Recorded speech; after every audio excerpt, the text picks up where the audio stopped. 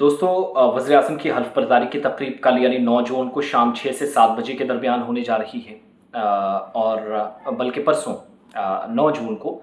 तो आप देखेंगे कि एतवार के रोज़ ये दिन तो चुना गया, मगर उससे पहले वज़ीर आज़म कौन बनेगा, हुकूमत किसकी बनेगी, ये सवाल सब पूछ रहे हैं। कहते हैं कि मुल्की सतह पर जो हुआ उसका तज्ज़िया कीजिएगा। तज्ज़िया अगर मैं एक लाइन में करूँ 100 बात की एक बात, वो ये है कि पूरे मुल्क और रियासतों से बीजेपी के लिए भी बहुत बुरी खबरें हैं। कुछ स्टेट से, जैसे मणिपुर है, वेस्ट बंगाल से सीटें काफ़ी कम हुई, उत्तर प्रदेश ने शदीद किस्म का धचका दिया, 43-44 सीटें छिन गई, एसपी और कांग्रेस ने मिला के वहाँ से जीत दर्ज कर ली, सिर्फ 33 सीटों पर समेट कर रख दिया। इसी तरीके से राजस्थान के अंदर सीटें कम हुई, महाराष्ट्र से सीटें कम हुई, गुजरात में जहाँ पर 26 की 26 सीटें हुआ करती थी वहाँ कांग्रेस की खातून एमपी जीत गई, जो खुद पैसा इकट्ठा कर रही थी क्राउड फंडिंग हासिल करके। तो ये सारी सूरत हाल रही है। लेकिन कांग्रेस के लिए बुरी खबर, हिमाचल प्रदेश में अपनी गवर्नमेंट है मगर 4 के 4 एमपीज बीजेपी के जीत गए।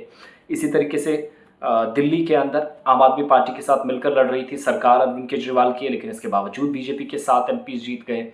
ऐसे ही कुछ बाकी हिस्सों से भी हुआ। उड़ीसा से जहाँ पर अपना पैर पसारने में नाकाम इस बार भी साबित हुई है, असेंबली में भी और लोकसभा चुनाव में भी कांग्रेस।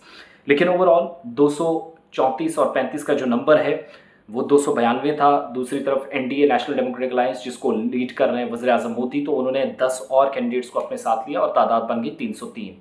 मगर इसमें 28 का नंबर सबसे अहम है। बीजेपी अकेली 240 सीटें ले चुकी है। ये जो 28 नंबर है, 272 सीटें कम से कम चाहिए किसी को भी हुकूमत में आने के लिए। तो ये 28 number TDP Telugu Desam party जिसके चंद्रबाबू नायडू हैं, और दूसरी तरफ नीतीश यानी जो एन फैक्टर है, नायडू और नीतीश जो बिहार से 12 सीटें जीत कर आए हैं, इन्होंने कुछ शराइत रख दी और कुछ जो बयानात पिछले 12 घंटों में आए उससे अंदाज़ा लग रहा है कि हुकूमत तो बन रही है एनडीए की, नंबर्स उसके पास तमाम हैं, लेकिन हुकूमत चलेगी कितनी देर ये किसी को पता नहीं है। राहुल गांधी और बाकी तमाम लोगों ने फैसला लिया कि फिलहाल वो अपोजिशन में रहेंगे। बड़ी हलचल, शिवसेना काफ़ी कुछ करने जा रही है, वो भी 2 ग्रुप्स में तकसीम हुई। आगे लोकसभा चुनाव है, हरियाणा के अंदर असेंबली चुनाव होने जा रहा है लोकसभा के बाद अक्टूबर में, उससे पहले 3 महीनों के बाद महाराष्ट्र के अंदर इलेक्शन है। उस सारी बदलती हुई सूरत हाल पर भी इंडिया इत्तेहाद की नज़र है, मगर टफ फाइट दी गई है और इस बार नंबर्स भी ज़्यादा हैं तो शोर शराबा काफ़ी होगा। और जो आज़ादी के साथ जो बिल्स पास किए जा रहे थे, कानून बनाए जा रहे थे, उसमें इस बार रोड़ा डाला जा सकता है, क्योंकि आरजेडी नीतीश वाली पार्टी जिसने 12 मेंबर्स दिए हैं, लेकिन हर एक उसने 4 अपने मेंबर्स पर एक जो है मिनिस्ट्री मांग ली है, यानी 3 मिनिस्टर्स उसको चाहिए। उसके अलावा फाइनेंस डिपार्टमेंट मांगा जा रहा है, उसके अलावा कृषि एग्रीकल्चर मिनिस्ट्री मांगी जा रही, जो अटल बिहारी वाजपेयी की सरकार में फॉर्मूला था उसको रिपीट करने की बातें हो रही हैं। फिर ये भी कहा गया कि यूसीसी यूनिफॉर्म सिविल कोड ये लागू ना करें जब तक तमाम स्टेक होल्डर्स से बातचीत ना हो जिन पर इसके असरात मुरतब होंगे। फिर ये भी कहा गया कि अग्निवीर स्कीम जो सरकार ने 4 साल कब लाई थी, फौज में 4 साल भर्ती होने के बाद किसी को निकाला जाएगा, किसी को उससे आगे जिसकी बेटर परफॉर्मेंस होगी। तो नेशनल सिक्योरिटी का मसला करार देते हुए जिसको कांग्रेस काफ़ी संजीदगी के साथ उठा रही थी, उस मामले पर भी बात शायद ना बने और इमीडिएटली इसको रिवोक करने पर गौर किया जाना चाहिए। ये जनता दल यूनाइटेड यानी नीतीश कुमार की जमात ने कह दिया है, जिससे थोड़ी सी वो बात बैठती हुई नजर नहीं आ रही कि चीज़ें आगे बढ़ेंगी। डिफेंस मिनिस्ट्री की खबरें हैं, लोकसभा स्पीकर की खबरें हैं कि दूसरी तरफ जो है वो तेलुगु देशम पार्टी मांग रही है, यानी टीडीपी चंद्रबाबू नायडू वाली, जो 10 साल इक़्तिदार से बाहर थे। 2019 में डॉक्टर फारूक अब्दुल्ला और इन तमाम लोगों को इकट्ठा किया कि आइए मोदी के खिलाफ लड़ते हैं। बाद में करप्शन के केसेस में वो जेल गए, जेल से बाहर निकले, बीजेपी के साथ मिले और आज हुकूमत में आ गए। यानी मौका परस्ती का फ़ायदा उनने भी उठाया और मौका परस्ती ही यहाँ पर साबित हुई नीतीश कुमार की, जिनको सिर्फ और सिर्फ पिछले 5-6 सालों में हम तब्दील होते दिखाई देते हैं या दिखाई दिए हैं। और उन्होंने भी इस बार इक़्तिदार में आने के लिए बहुत सारी जो है वो अहम तरीन ओहदे और मिनिस्ट्रीज़ मांग ली हैं। और इंडिया इत्तेहाद असल में उन्हीं का कॉन्सेप्ट था, लेकिन आज इंडिया इत्तेहाद जब उन्हें कह रहा आइए आप यहाँ पर डिप्टी प्राइम मिनिस्टर भी बन सकते हैं, ओहदा दिया जाएगा, इज्जत मिलेगी, मगर शायद उनको बेहतरी एनडीए के साथ फिलहाल दिख रही है और ये हुकूमत 5 साल चलेगी, ये अभी लग नहीं रहा है। दूसरी तरफ अगर कुछ भी उल्टा सीधा होता है, नंबर्स कहीं पर भी बिगड़ जाते हैं, बात नहीं बनती है, तभी सरकार जल्दी बनाने की कोशिशें हो रही हैं। आज दिल्ली के अंदर भी पार्लियामेंट के सेंट्रल हॉल में एनडीए के लीडरान की मीटिंग होने जा रही है। दूसरी तरफ टीडीपी यानी जो तेलुगु देशम पार्टी है, चंद्रबाबू नायडू की 16 मेंबर्स हैं, तमाम लोगों की लीडरान के साथ बातचीत होने जा रही है। तो बहुत सारी चीज़ें अभी होना बाकी हैं और भारत की राजनीति में एक मजबूत सरकार बनेगी ये अभी साफ नहीं हो पा रहा है। ये आपको कुर्सी डगमगाती हुई नजर आएगी।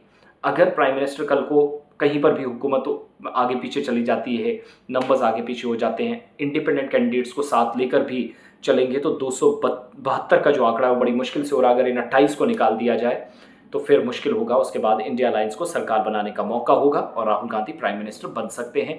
वो एक ऑप्शन है और उन्हीं को लोकसभा के अंदर लीडर ऑफ अपोजिशन एलओपी बनाया जाए, इसकी मांग इस वक्त काफ़ी जोर पकड़ रही है। लेकिन सूरत हाल आगे क्या रहेगी, परसों नया वज़ीर आज़म मिलेगा, एग्जैक्ट टाइमिंग क्या होगी, सरकारी तस्दीक इसकी क्या होगी, वो आपको बताएंगे। मगर दिल्ली के अंदर क्योंकि रात देर गए, लेट तक मीटिंग चलती रही प्राइम मिनिस्टर के घर पर, जगत प्रकाश नड्डा जो कौमी सदर हैं और वज़ीर दाखिला अमित शाह, चूँकि 16 जून तक अभी जो कैबिनेट चल रही थी वो भी तहलील कर दी गई है, तो मुमकिन है कि आज शाम या कल तक कैबिनेट में कौन कौन रहेगा, किसको कितनी जिम्मेदारी मिलेगी, किसको कितनी मिनिस्ट्रीज मिलेंगी, अभी तक 12 नाम हमारे सामने, वो मैं ज़रूर कंफर्म होंगे तो आपके सामने रखूंगा। लेकिन हमारे सोर्सेज जो हम तक पहुंचे हैं, नई हुकूमत साजी के लिए जो कोशिशें हुई हैं उस पर ज़रूर दोबारा बात करेंगे मुकम्मल तफसीलात के साथ। फिलहाल अभी तक ये जो उठापटक है, बहुत नुकसान बीजेपी को उठाना पड़ा इन चुनाव में, और एक तरह से वोटर काफ़ी जागरूक, काफ़ी संजीदा नजर आया, जिसने मज़हब की बुनियाद पर, नफ़रत की बुनियाद पर वोट मांगने की जो कोशिशें हुई,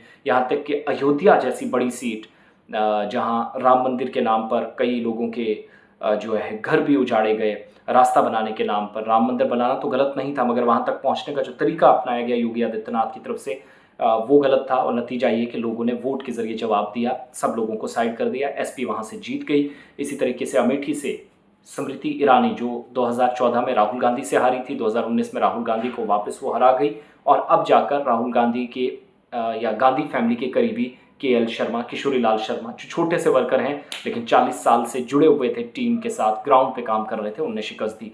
तो ये बड़े फैक्टर्स हैं। 19 यूनियन मिनिस्टर्स हार गए हैं बीजेपी के, जो सरकार का हिस्सा। तो आप अंदाज़ा लगाइएगा कि हालात यहाँ तक पहुँच गए कि ज़बरदस्त जवाब दिया गया और आवाम के सामने किसी की चलती नहीं। सरहद पार भी जो रिजल्ट्स आए थे वो भी इसी तरह के थे, बाद में गड़बड़ हुई, यहाँ भी इसी तरीके से। लेकिन गवर्नमेंट और वज़ीर आज़म कौन बनाएगा, कौन कैसे बनेगा, इसमें अभी असमंजस की स्थिति बनी है। पिक्चर क्लियर होना अभी भी बाकी है।